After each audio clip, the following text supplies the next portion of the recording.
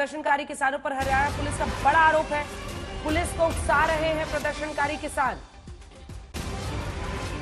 आंदोलन की आड़ में उपद्रव की अनुमति नहीं दे सकते, ये हरियाणा पुलिस का कहना है। प्रदर्शनकारी किसान कानून व्यवस्था बाधित न करें, किसानों से शांतिपूर्वक प्रदर्शन की अपील कर रही है हरियाणा पुलिस।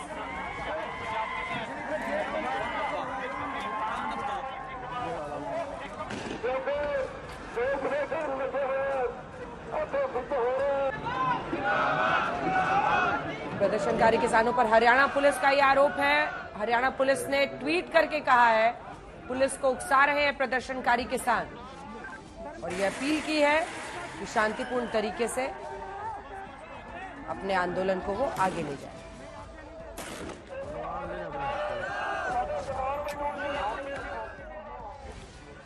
और भाई आपको बताते हैं, हरियाणा पुलिस के इन आरोपों पर किसान नेता जगजीत सिंह डल्लेवाल ने भी जवाब दिया है। हरियाणा पुलिस के आरोपों पर डल्लेवाल का जवाब है। हरियाणा पुलिस लगातार दाग रही आंसू गैस के गोले। पुलिस की कार्रवाई से हमारे लोगों में गुस्सा है। डल्लेवाल बोले, गुस्से में हमारे युवा बहक जाते हैं।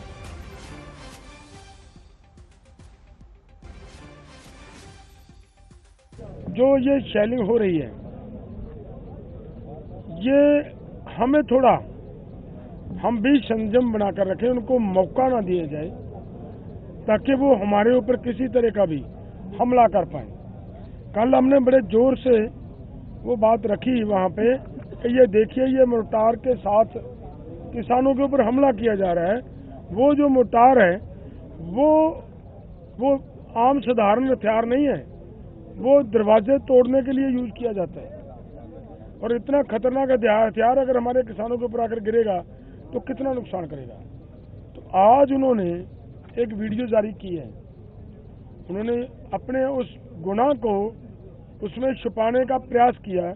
कहीं से वो वीडियो ली है, पता नहीं कहीं से ली है, लेकिन उसको उभार रहे हैं कि ये देखिए इनके लड़के हमें उकसा रहे हैं। मैं इधर से भी सभी हमारे युवाओं को निवेदन करना चाहता हूँ कि कोई भी ऐसा मौका उनके हाथ ना दें जिस तरीके से वो आपका नुकसान कर पाए। ये जो घटनाएं घट रही है ना, वो उधर से हम आकर इधर हमारे लोगों को भड़काने का काम करते हैं और भड़काकर उनको वहाँ ले जाते हैं। और हमारे किसान, हमारे नौजवान, हमारे युवा इतने एक्सपीरियंस वाले नहीं है, बच्चे हैं, छोटे होते हैं, भड़क जाते हैं। कोई अगर भड़काने वाला आ जाए तो उस बात को हमें थोड़ा ध्यान में हमें भी रखना चाहिए कि हम किसी के बहकावे में ना आए। शंभू बॉर्डर से हमारे साथ अरविंद ओझा हमारे सहयोगी इस वक्त जुड़ रहे हैं और मंजीत सहगल हमारे साथ डेरा बस्सी पंजाब से जुड़ रहे हैं। अरविंद, सबसे पहले आपके पास आते हुए स्थिति क्या है?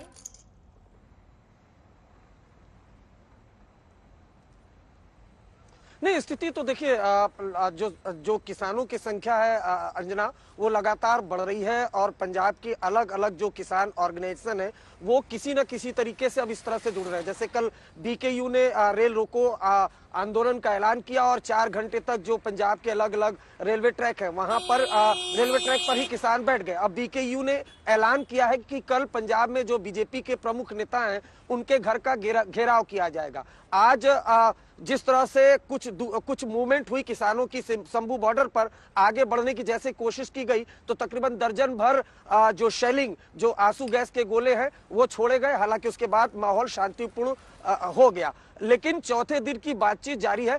कुछ जरूर यह है कि जो सरकार और किसानों के बीच बातचीत हुई है उसका बहुत मामूली असर शंभू बॉर्डर पर देखने को मिला है कि किसानों ने, किसान संगठनों ने बॉर्डर पर अपनी तरफ से एक लक्ष्मण रेखा खींची है कि इसके आगे नहीं जाना। तो ये एक मामूली सी पॉजिटिव चीज यहाँ पर दिखी है, लेकिन जाहिर सी बात है संख्या यहाँ पर बढ़ रही है, नंबर 1। नंबर 2, और वो किसान संगठन जो सीधे तौर पर इस प्रोटेस्ट में शामिल नहीं थे, अब वो किसी न किसी तरीके से अपना समर्थन दे रहे। कभी रेल रोको अभियान के तहत तो कल ये ऐलान किया गया है कि जो पंजाब में बीजेपी के बड़े लीडर हैं उनके घर का घेराव करेंगे। जी ठीक है। मंजीत, आप बताइए वहां पर क्या स्थिति है, क्योंकि टकराव की स्थिति ज्यादा पंजाब में देखी जा रही है। किस तरह का, मतलब अब देखिए चौथा दिन होने के बाद क्या थोड़े मतलब एक समझौते की तरफ मामला बढ़ता हुआ दिख रहा है? जी बिल्कुल अंजना, जैसा आपने कहा कि आज चौथा दिन है और समझौते की तरफ दोनों तरफ से प्रयास किए जा रहे हैं। 3 दौर की बैठक हो चुकी है और चौथे दौर की बैठक पर सबकी नजरें रविवार शाम को ये बैठक होने वाली है। और इसकी बड़ी जो खबर है वो ये कि इस बैठक में अब की बार संयुक्त किसान मोर्चा गैर राजनीतिक के अलावा दूसरे बड़े नेता बिग गन्स जो अभी तक इस प्रदर्शन से दूर हैं या फिर इस मोर्चे से अलग होकर प्रदर्शन कर रही हैं, वो भी इस बैठक में शामिल हो सकते हैं। दरअसल केंद्र सरकार चाहती है कि कोई भी फैसला लेने से पहले सभी किसान जथेबंदियों से बातचीत हो सके और तभी किसी फैसले पर पहुंचा जाए। तो ये एक डेवलपमेंट ये है। और दूसरी वही हरियाणा पुलिस ने अब प्रदर्शनकारियों पर आरोप लगाया है कि पत्थरबाजी में तल्लीन है। हरियाणा पुलिस ने लोगों से भी अपील की है कि जो कथित तौर पर प्रदर्शनकारी, युवा प्रदर्शनकारी खासकर पत्थरबाजी में संलिप्त है, उनको पहचानने में मदद करें। और वही प्रदर्शनकारियों को एक ये भी सजेशन दिया गया है कि अगर आप प्रदर्शन करना चाहते तो आप ट्रैक्टरों में सवार होकर मत आइए, बसों में आइए, आपको बसें भी उपलब्ध करवाई जाएगी, आपको एक डेजिग्नेटेड जगह भी दी जाएगी, शांतिप्रिय तरीके से आपको प्रदर्शन करना होगा, ये लिखित रूप से आपको आश्वासन देना होगा। तो कुल मिलाकर एक तरफ से हरियाणा सरकार अब प्रदर्शनकारियों से निपटना चाहती है और वहीं केंद्र सरकार, पंजाब सरकार और खुद कई किसान जथेबंदियां मिलकर अब चाहते हैं कि इसका कोई समाधान निकले। और अब सभी की नजरें रविवार को होने वाली बैठक पर है।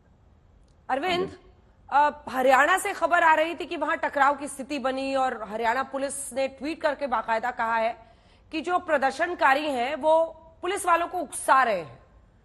क्या इस तरह की घटनाएं और भी कहीं हुई हैं?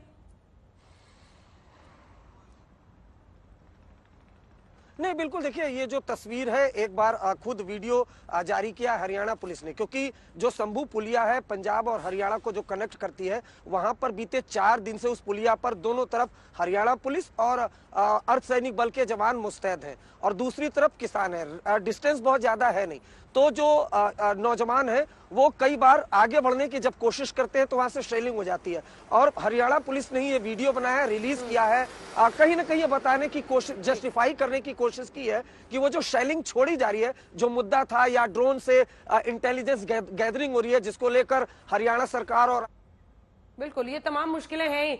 आइए आपको जल्दी से सुनवाते हैं कृषि मंत्री अर्जुन मुंडा, चूंकि वो लीड कर रहे हैं इस पूरी बातचीत को किसानों के साथ, आज तक की खास बातचीत। कल 5 घंटे से ज्यादा की बैठक में किसानों और सरकार के बीच क्या बात हुई, कोई समाधान आगे निकलने की उम्मीद बन रही है या नहीं, अशोक सिंघल से उनकी खास बातचीत देखिए। देखिए, तीसरे राउंड की जो बातचीत थी कल, बहुत ही अच्छे वातावरण में सबके साथ मिल करके बातचीत हुई और कुल मिला करके ये बात बिल्कुल स्पष्ट करना चाहता हूँ कि हम किसानों के हितों को हमेशा ध्यान रखने वाले और प्रधानमंत्री जी हमेशा इस बात को दोहराते हैं कि किस तरीके से हम इस देश में अपने अन्नदाता के बारे में और उसके साथ साथ देश की जनता के बारे में कि हमारा ग्रोथ, हमारा विकास ऐसे हो जिससे सभी का जो हैप्पीनेस इंडेक्स है, जो खुशहाली का पैमाना है, वो बेहतर होना चाहिए।